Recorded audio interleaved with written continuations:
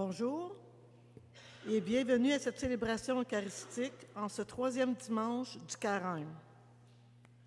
Aujourd'hui, nous célébrons la messe pour Roger Carpentier et Jean-Claude Lepage, son 10e anniversaire de décès. Ce dimanche illustre d'une façon particulière le thème proposé par le Carême, une espérance à cultiver.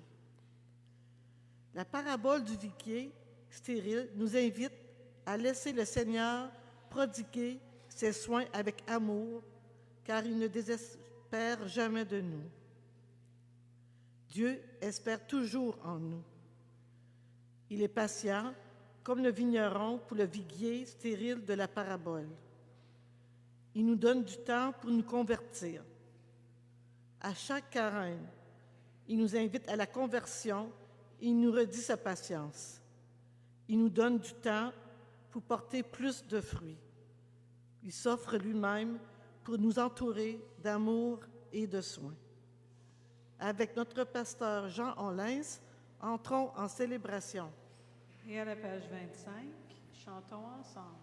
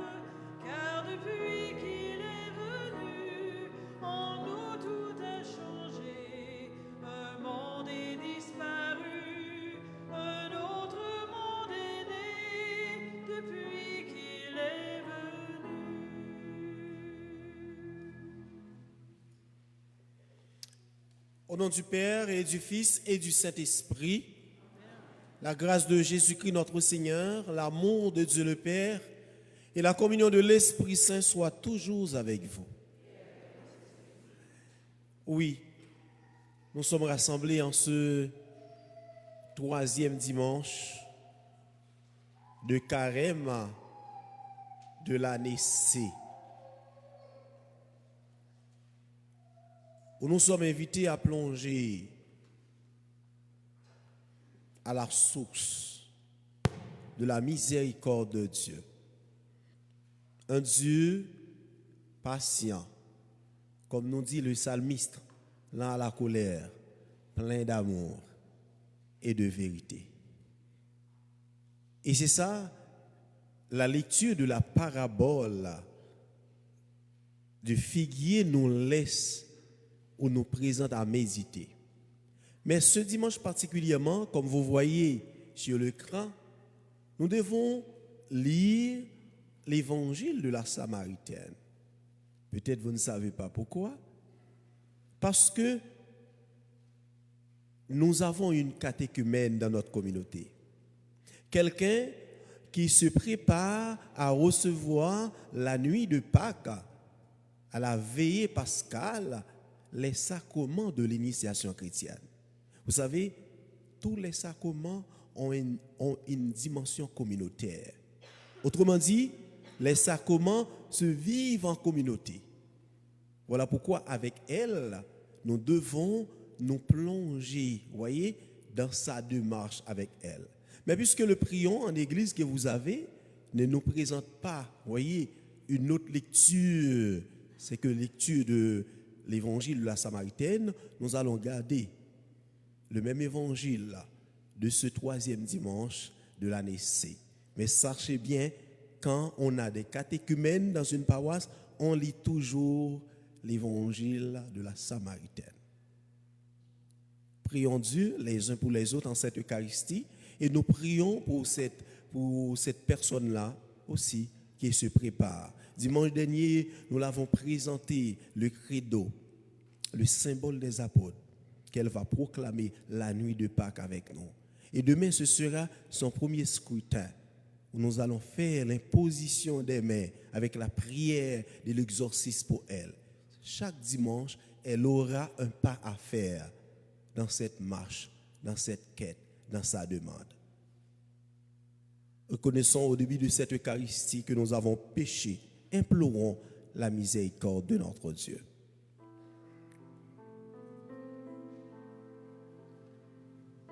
Seigneur Jésus, envoyé par le Père pour nous révéler son amour et sa tendresse, prends pitié de nous ensemble.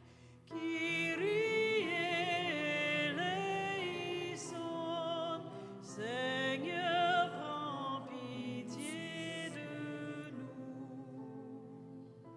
Ô Christ, venu dans le monde, non pas pour le juger, mais pour le sauver, prends pitié de nous. Christ eleison, ô Christ, prends pitié de nous. Seigneur, élevé dans la gloire du Père, où tu guides notre marche vers lui, prends pitié de nous. Kyrie eleison, Seigneur, prends pitié de nous. Et que Dieu Tout-Puissant nous fasse miséricorde, qu'il nous pardonne nos péchés et nous conduise à la vie éternelle. Prions le Seigneur. Seigneur Dieu, source de toute bonté et de toute miséricorde, tu nous as montré comment guérir du péché par le jeûne, la prière et le partage. Accueille favorablement l'aveu de notre faiblesse et puisque nous prenons humblement conscience de nos fautes, que ta miséricorde nous relève sans cesse. Par Jésus-Christ, ton Fils, notre Seigneur, qui vit et règne avec toi dans l'unité du Saint-Esprit, Dieu pour les siècles des siècles.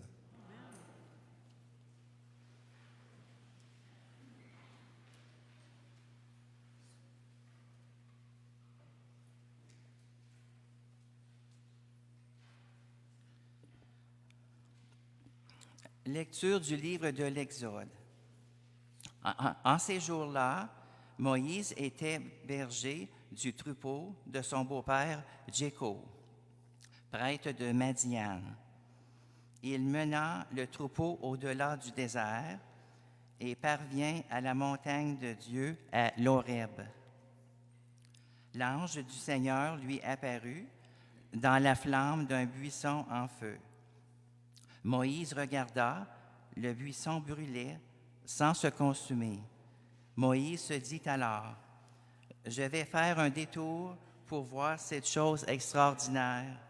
Pourquoi le buisson ne se consume-t-il pas? » Le Seigneur vit qu'il avait fait un détour pour voir, et Dieu l'appela du milieu du buisson. « Moïse, Moïse !»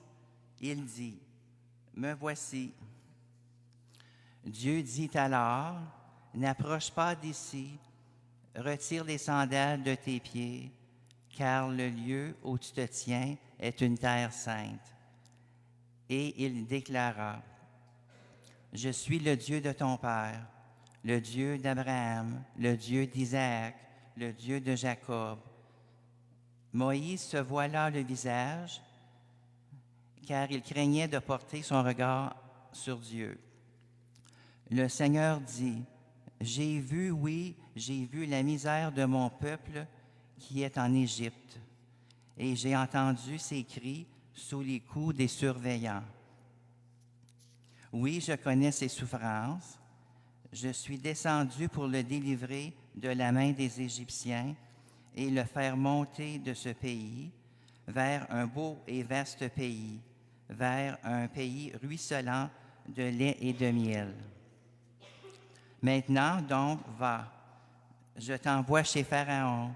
Tu feras sortir d'Égypte mon peuple, les fils d'Israël. Moïse répondit à Dieu, « J'irai donc trouver les fils d'Israël et je leur dirai, « Le Dieu de vos pères m'a envoyé vers vous. Ils vont me demander quel est son nom. Que leur répondrai-je? » Dieu dit à Moïse, « Je suis qui je suis. Tu parleras ainsi aux fils d'Israël. Celui qui m'a envoyé vers vous, c'est je suis. » Dieu dit encore à Moïse, « Tu parleras ainsi aux fils d'Israël. Celui qui m'a envoyé vers vous, c'est le Seigneur, le Dieu de vos pères, le Dieu d'Abraham, le Dieu d'Isaac, le Dieu de Jacob. C'est là mon nom pour toujours. C'est par lui que vous ferez mémoire de moi d'âge en âge. » Parole du Seigneur. Nous rendons grâce à Dieu.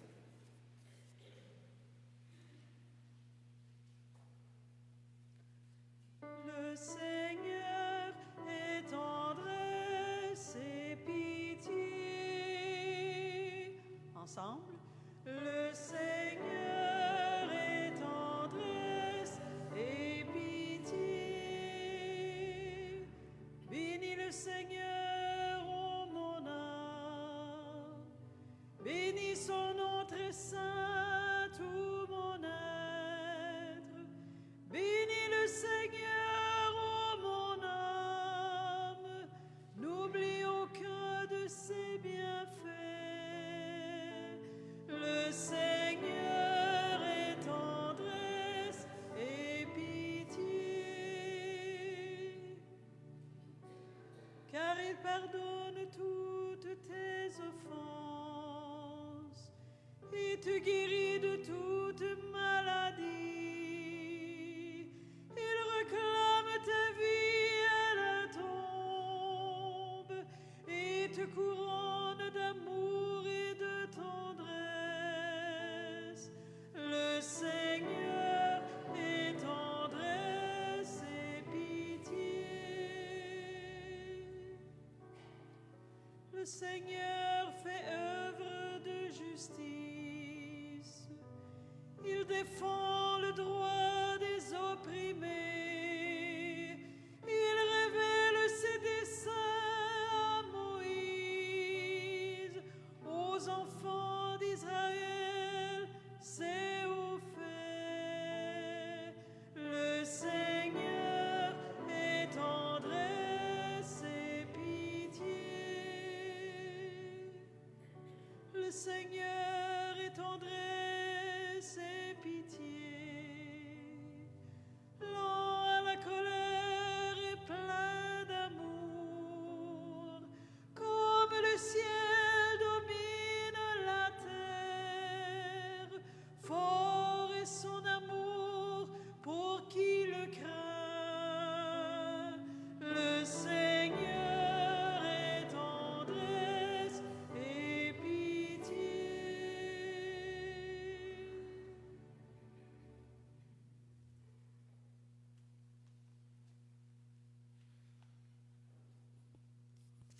Lecture de la première lettre de Saint Paul apôtre aux Corinthiens. Frères, je ne voudrais pas vous laisser ignorer que lors de la sortie d'Égypte, nos pères étaient tous sous la protection de la nuée et que tous ont passé à travers la mer. Tous, ils ont été unis à Moïse par un baptême dans la nuée et dans la mer. Tous, ils ont mangé la même nourriture spirituelle. Tous, ils ont bu la même boisson spirituelle, car ils buvaient à un rocher spirituel qui les suivait, et ce rocher, c'était le Christ. Cependant, la plupart n'ont pas su plaire à Dieu. Leurs ossements, en effet, jonchèrent le désert. Ces événements devaient nous servir d'exemple pour nous empêcher de désirer ce qui est mal, comme l'ont fait ces gens-là. Cessez de récriminer comme l'ont fait certains d'entre eux. Ils ont été exterminés. Ce qui leur est arrivé devait servir d'exemple, et l'Écriture l'a raconté pour nous avertir, nous qui nous trouvons à la fin des temps. Ainsi donc, celui qui croit solide, qu'il fasse attention à ne pas tomber. Parole du Seigneur. Nous rendons grâce à Dieu.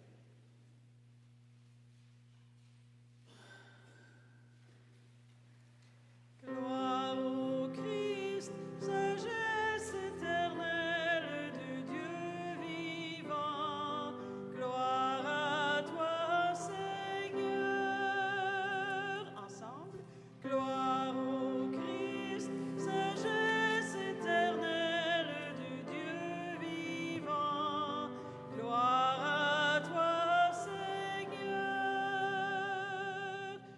Convertissez-vous, dit le Seigneur, car le royaume des cieux est tout proche.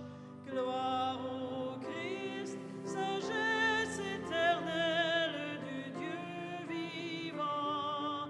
Gloire à toi, Seigneur. Le Seigneur soit avec vous. Évangile de Jésus-Christ selon saint Luc. Un jour, des gens rapportèrent à Jésus l'affaire des Galiléens que Pilate avait fait massacrer, mêlant leur sang à celui des sacrifices qu'ils offraient. Jésus leur répondit, « Pensez-vous que ces Galiléens étaient de plus grands pécheurs que tous les autres Galiléens pour avoir subi un tel sort? Eh bien, je vous dis, pas du tout. Mais si vous ne convertissez pas, vous périrez tous de même. » Et ces 18 personnes tuées par la chute de la tour de Siloé, pensez-vous qu'elles étaient plus coupables que tous les autres habitants de Jérusalem? Eh bien, je vous dis, pas du tout. Mais si vous ne convertissez pas, vous périrez tous de même. Jésus disait encore cette parabole. Quelqu'un avait un figuier planté dans sa vigne. Il vint chercher du fruit sur ce figuier et n'en trouva pas. Il dit alors à son vigneron, « Voilà 3 ans que je viens chercher du fruit sur ce figuier et je n'en trouve pas. Coupe-le. À quoi bon le laisser épuiser le sol? » Mais le vigneron lui répondit, « Maître, laisse-le encore cette année, le temps que je bêche autour pour y mettre du fumier. Peut-être donnera-t-il du fruit à l'avenir. Sinon, tu le couperas. » C'est en chantant qu'on acclame la parole de Dieu. Gloire au Christ, sagesse éternelle du Dieu vivant. Gloire à toi, Seigneur.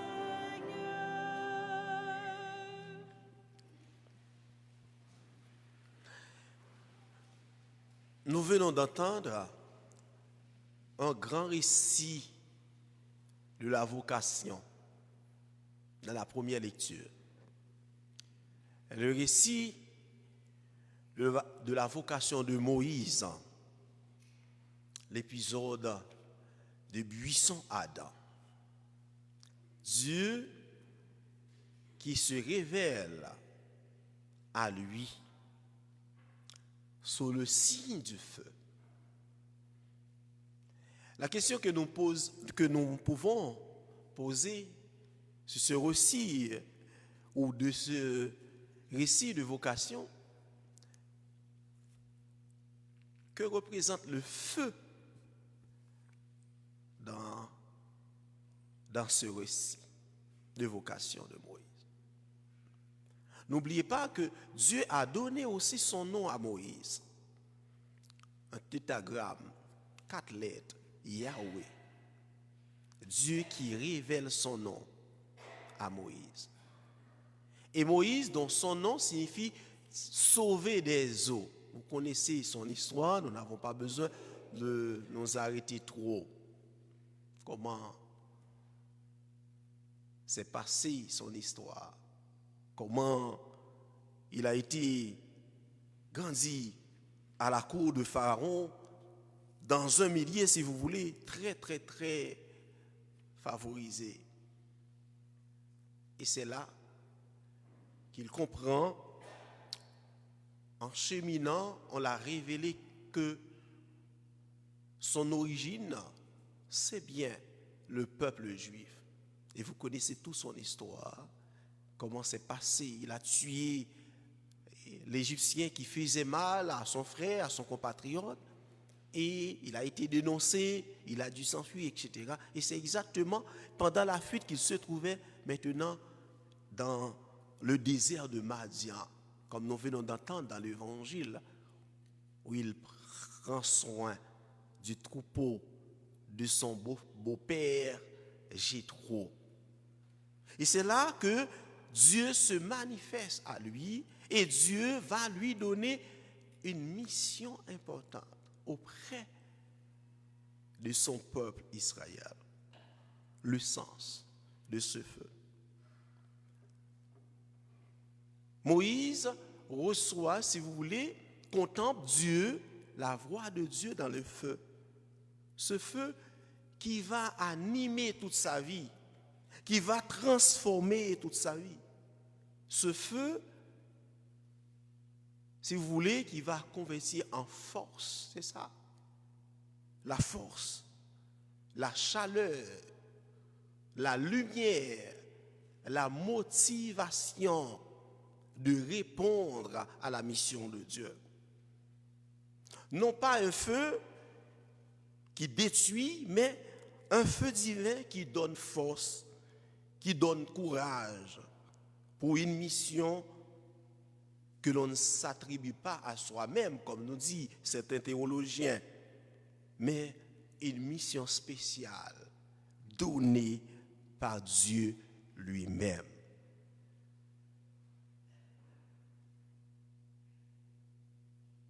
Dieu l'envoie et il a obéi. Nous aussi, nous sommes appelés par ce même Dieu, ce Dieu d'Abraham, le Dieu de Moïse. Chacun de nous ici a une mission, soit en milieu familial, soit dans les affaires sociales ou autres, soit dans le service des bénévoles. Chacun, nous avons une mission. Et nous sommes invités, comme Moïse, à répondre à la mission qui nous est confiée. Personne ne peut pas se donner lui-même la mission. La mission est donnée par quelqu'un. Et c'est Dieu qui nous confie cette mission. Et en ce troisième dimanche, c'est ce même Dieu qui nous invite par la voix de son Fils à la conversion. C'est le dimanche qui nous interpelle, qui nous exhorte à la conversion. La parabole du figuier qui ne donne pas de fruits, suivi des gens, vous vous rappelez, qui viennent, vous voulez rapporter à Jésus l'affaire de Pilate. Des Galiléens que Pilate avait fait massacrer et les 18 autres personnes tuées par la chute de la tour de Siloé. Jésus veut en ce dimanche attirer notre attention. Oui. Notre attention que les malheurs ne sont pas une punition de Dieu. Parfois nous prenons les malheurs comme des punitions de Dieu. Et c'est sur ce point qu'il veut attirer notre attention. Nous avons entendu ces interrogations aux gens. Ces 18 personnes tuées ne sont pas les plus méchants parmi le peuple de Jérusalem ou parmi les habitants de Jérusalem. Et dans la Bible, nous trouvons le livre de Job qui pose aussi cette question sur le malheur, sur le mal qui nous arrive, sur les épreuves.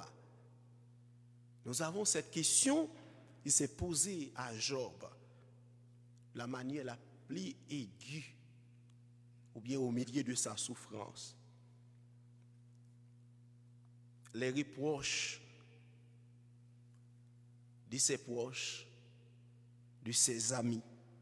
Et les proches de Job cherchent à lui faire comprendre que s'il est accablé par ses malheurs,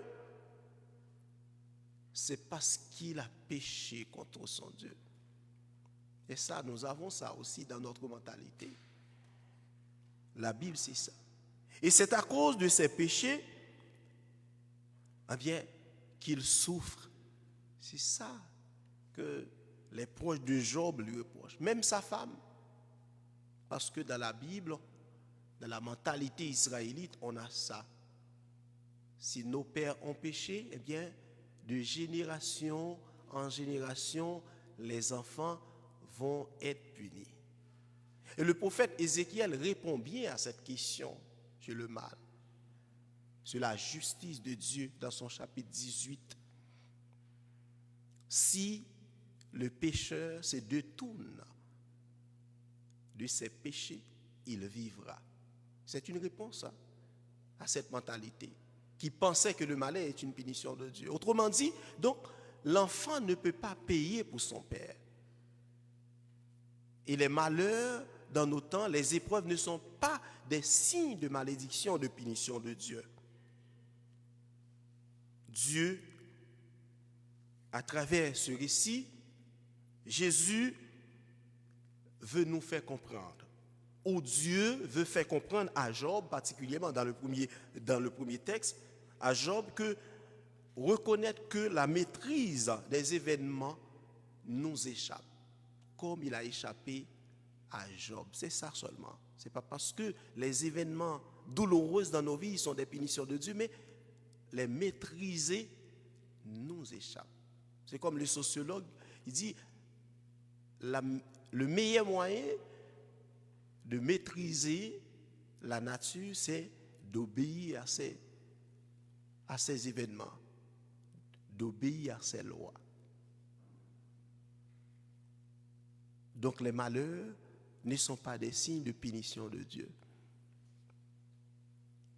Jésus nous raconte aussi dans l'Évangile la parabole du figuier qui ne porte pas de fruits. L'arbre, dans la Bible, est symbole de l'homme. Et cette parabole, il s'agit du figuier qui ne porte pas de fruits. Et nous entendons dans l'Évangile, à la demande du jardinier, l'arbre stérile reçoit une dernière chance. Dieu accorde toujours à son peuple une dernière chance, l'occasion de nous convertir. C'est ce que nous avons entendu dans le commentaire. La patience de Dieu. Il est lent à la colère, plein d'amour et de vérité. Et ce temps de carême est pour nous un temps pour nous convertir, mais aussi pour nous plonger dans la source de la miséricorde de Dieu, car il nous attend. Il n'est pas pressé.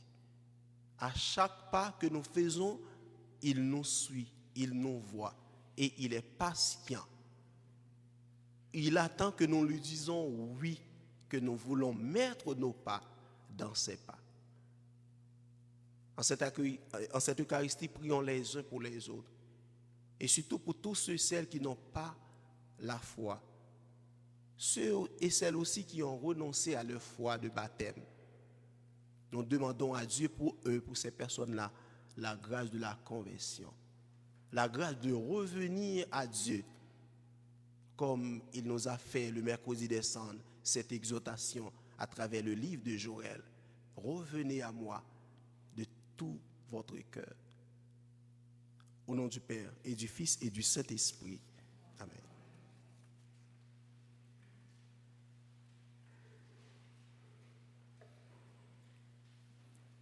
Et maintenant, proclamons notre foi en ce Dieu qui nous aime. Je crois en Dieu, le Père, Créateur du ciel.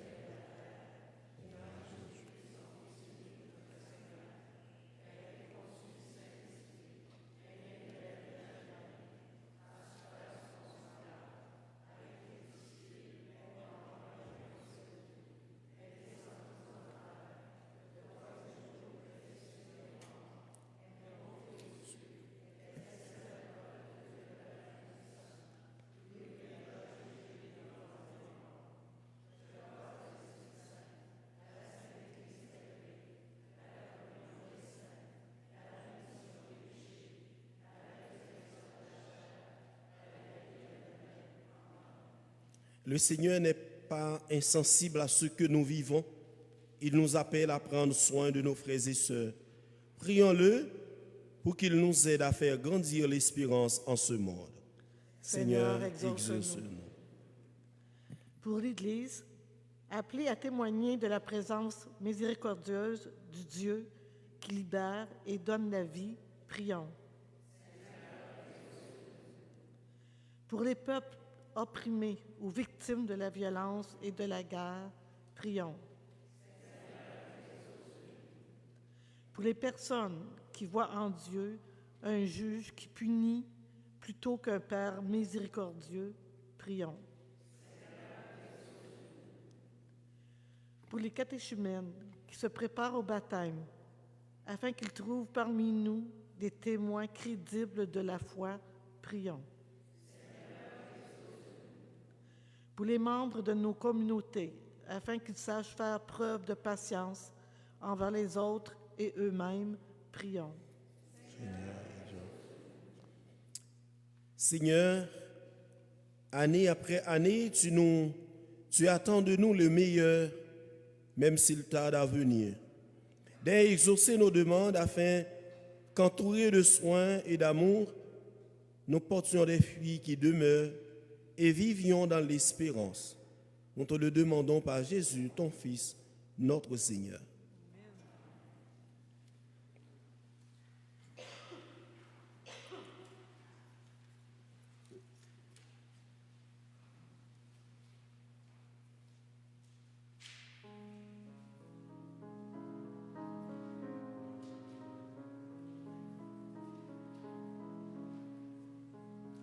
Vers toi je viens, Jésus-Christ, ma lumière. Vers toi qui passe et m'appelle aujourd'hui. Tu vois ma peine au profond des ténèbres. Pitié, Seigneur, sauve-moi de la nuit.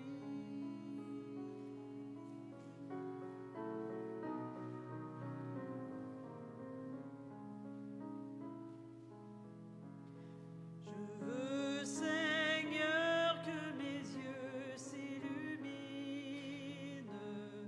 qu'ils s'ouvrent grand sur l'immense univers. Toi seul tu peux accomplir l'impossible.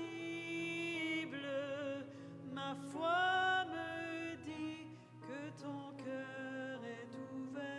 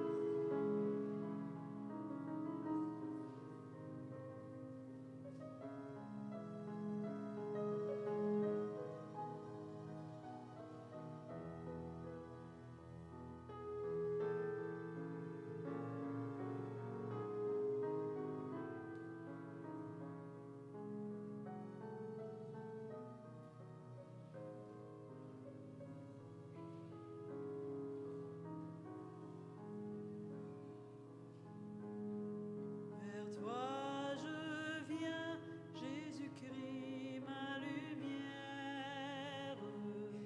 Vers toi qui passe et m'appelle aujourd'hui. Tu vois ma peine au profond des ténèbres. Pitié, Seigneur, sauve-moi de la nuit.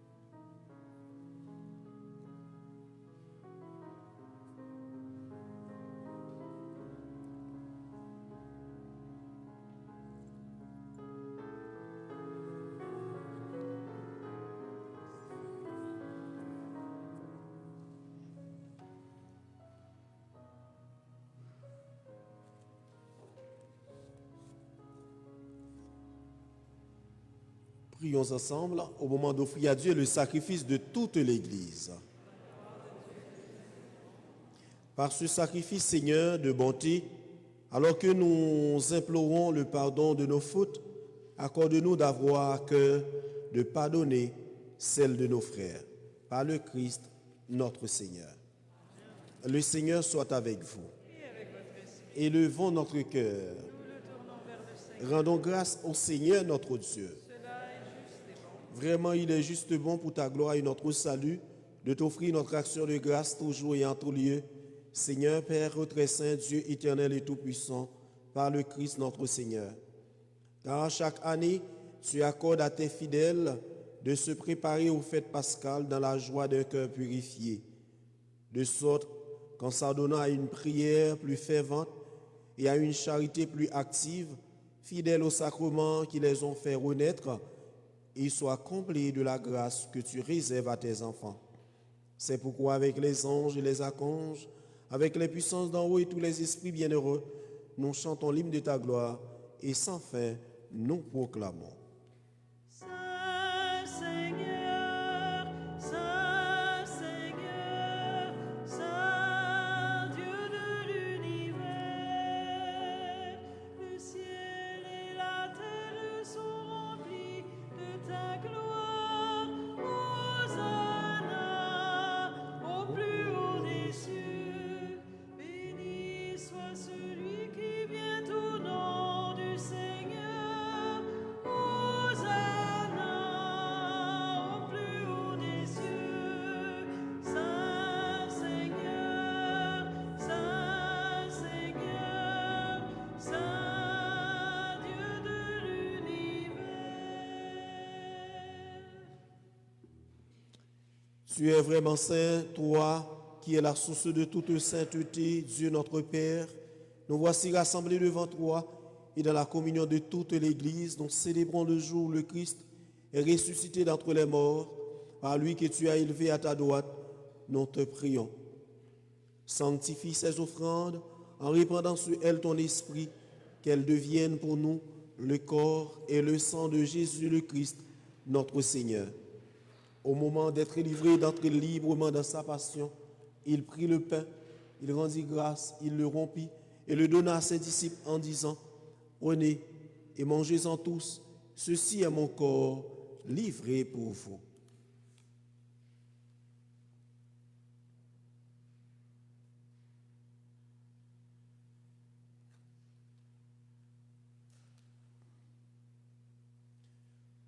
De même, après le repas, il prit la coupe.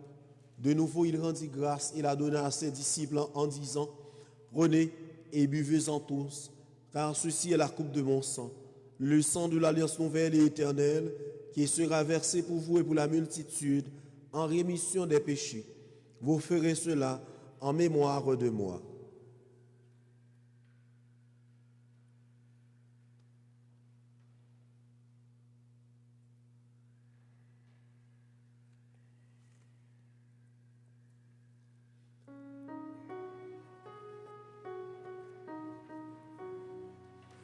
Il est grand le mystère de la foi.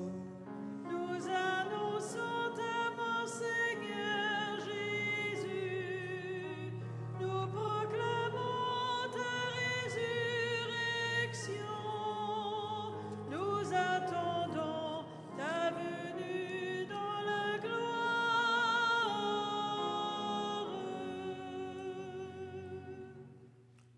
En faisant ainsi mémoire de la mort et de la résurrection de ton Fils, nous t'offrons, Seigneur, le pain de la vie et la coupe du salut, et nous te rendons grâce car tu nous as estimés dignes de nous tenir devant toi pour te servir. Humblement, nous te demandons qu'en ayant part au corps et au sang du Christ, nous soyons rassemblés par l'Esprit Saint en un seul corps. Souviens-toi, Seigneur, de ton Église répandue à travers le monde. Fais-la grandir dans ta charité, en union avec notre pape François, notre archevêque Paul-André et tous les évêques, les prêtres et les diacres. Souviens-toi aussi de nos frères et sœurs qui se sont endormis dans l'espérance de la résurrection. Et souviens-toi dans ta miséricorde de tous les défunts, Roger Carpentier, Jean-Claude Bélanger, et tous ceux et celles que nous accompagnons dans la prière des obsèques, accueille-les dans la lumière de ton visage. Sur nous tous, enfin, sur Jeanne Misli Duplessis qui fête son anniversaire de naissance, nous implorons ta bonté. Permets qu'avec la Vierge Marie, la bienheureuse Mère de Dieu, avec Saint Joseph son époux, les apôtres et tous les saints qui ont fait de ta joie au long des âges, et nous ayons part à la vie éternelle, et que nous chantions ta louange et ta gloire par ton Fils, Jésus le Christ.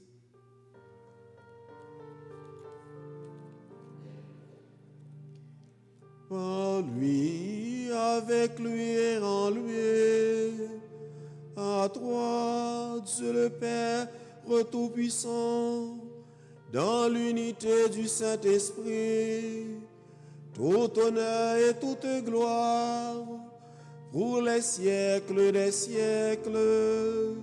Amen, amen,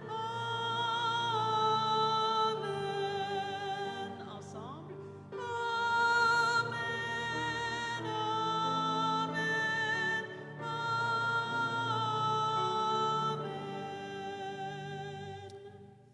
Unis dans le même esprit, nous pouvons dire avec confiance la prière que Jésus nous a apprise.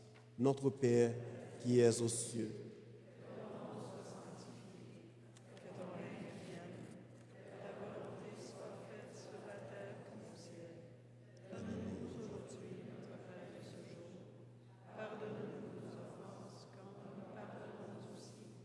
À ceux qui nous ont offensés, et ne nous laisse pas entrer en tentation, mais délivre-nous du mal.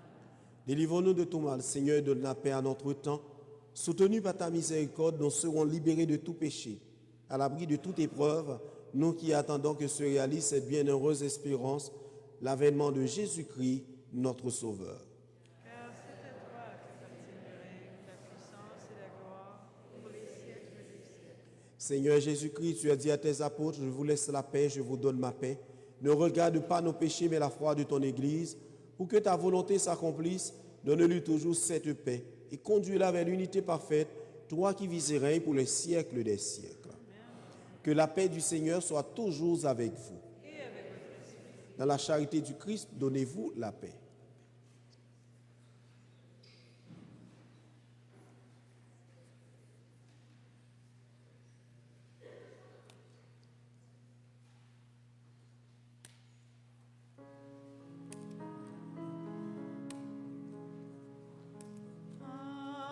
Agneau de Dieu, qui enlève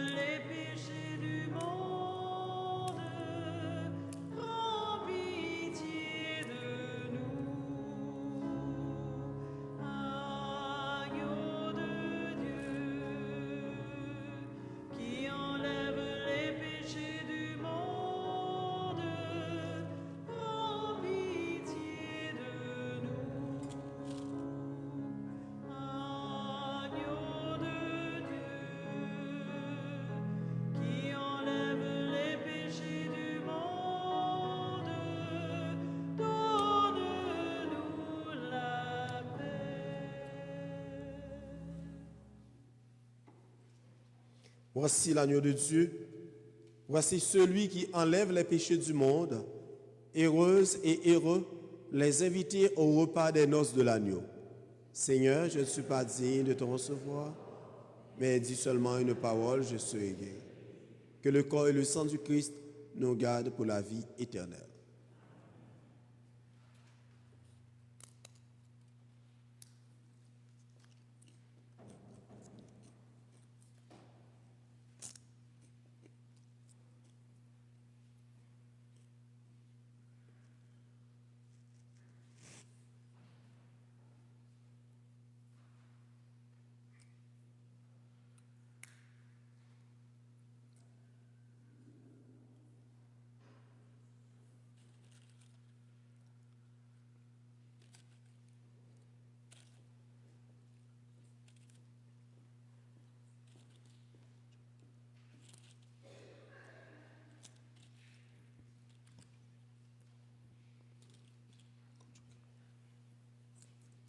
Notre communauté, toujours soucieuse de nos jeunes amis et en signe de partage et de soutien, nous offrons des petits pains aux enfants n'ayant pas encore fait leur première communion.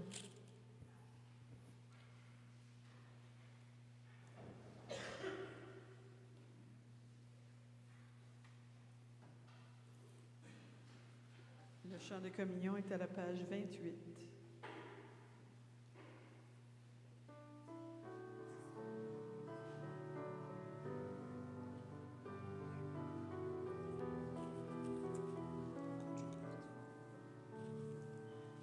Partageons les mots qui libèrent. Partageons le pain de l'espoir. Partageons le sel et la lumière. Et nos vies auront un goût de joie. Pour que tout homme entre un jour dans la fête.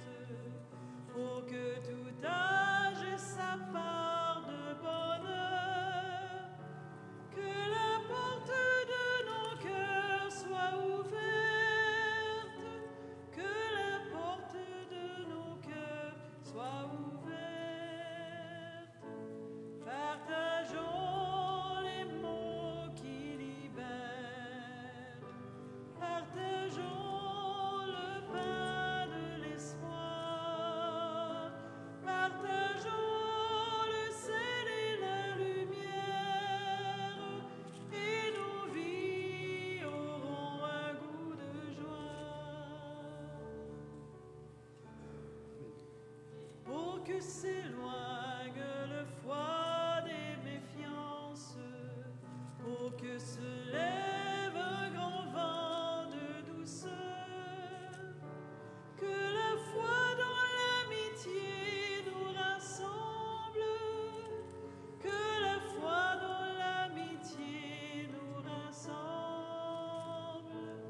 Partageons les mots qui libèrent, partageons le pain de l'espoir.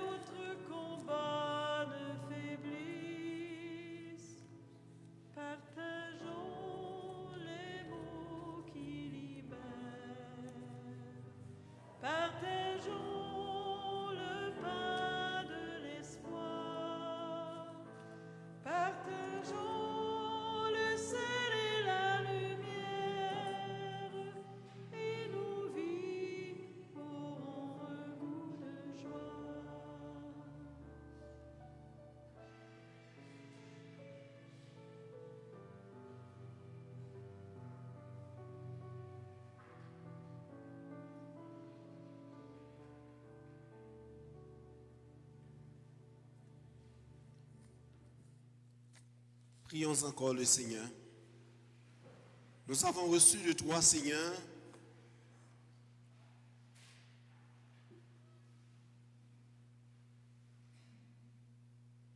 un avant-goût des mystères du ciel, et dès cette terre, nous sommes rassasiés par le pain venu d'en haut. Nous t'en supplions, donne-nous de mettre en œuvre ce que les sacrements réalisent en nous, par le Christ, notre Seigneur.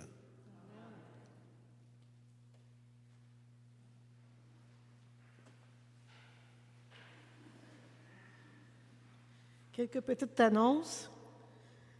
Dans le souci de répondre aux différentes attentes du temps du carême, nous vous informons qu'à partir du mois d'avril, les messes du mardi 18h et celles du jeudi 8h30 seront désormais célébrées à 11h30. Exceptionnellement, pour ce mois d'avril, le Saint-Sacrement sera exposé à l'Église de 11h à 11h30 pour permettre à ceux et celles qui ont une dévotion à la sainte présence réelle de Jésus au Saint-Sacrement de pouvoir l'adorer et le contempler en ce temps de grâce. Nous vous remercions de votre compréhension et de votre charité chrétienne. Le dimanche le 6 et lundi le 7 avril à 19h, vous êtes tous invités à participer à la retraite de carême, zone pastorale centre, à l'Église Sainte-Trinité, sous le thème « Une espérance à cultiver ». Le mardi, le 8 avril, célébration pénitentielle à l'Église Sainte-Trinité sera à 19h. Ces activités spirituelles seront pour nous des moments de grande grâce qui nous rassembleront dans la foi, l'espérance et la charité afin de réfléchir sur notre vocation chrétienne, nous, pèlerins de l'espérance, en quête du pardon de Dieu. Le souper spaghetti au bénéfice du Centre de sécurité alimentaire de Gatineau aura lieu le samedi 29 mars à 17h30 au sous-sol de l'Église. Le coût de billet est 20 $ pour adultes, 10 $ pour les enfants de moins de 12 ans. Vous pouvez acheter vos billets à l'entrée de l'Église aux messes de fin de semaine. N'oubliez pas d'apporter aussi des denrées non périssables.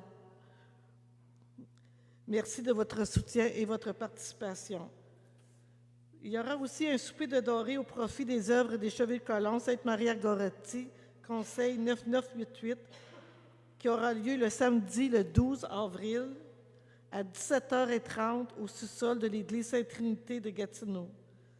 Vous pouvez vous procurer vos billets au coût de 25 $ à l'entrée de l'Église aux messes de fin de semaine, ou vous pouvez communiquer avec Mme Nicole Bertrand au 819-918-4342 ou Daniel Charbonneau au 819-328-2437. Au plaisir de vous compter parmi nos invités. Bonne semaine dans la foi et dans l'espérance. Merci.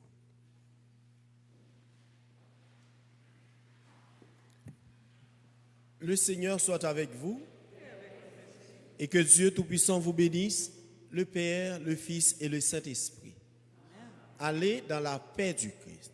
Nous rendons grâce à Dieu. Bonne semaine et bonne soirée à vous tous. Bonne semaine.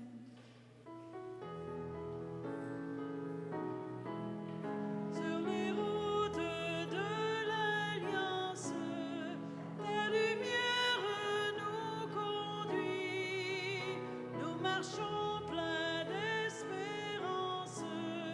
Tu nous mènes vers la vie. Tu nous mènes vers la vie. Dieu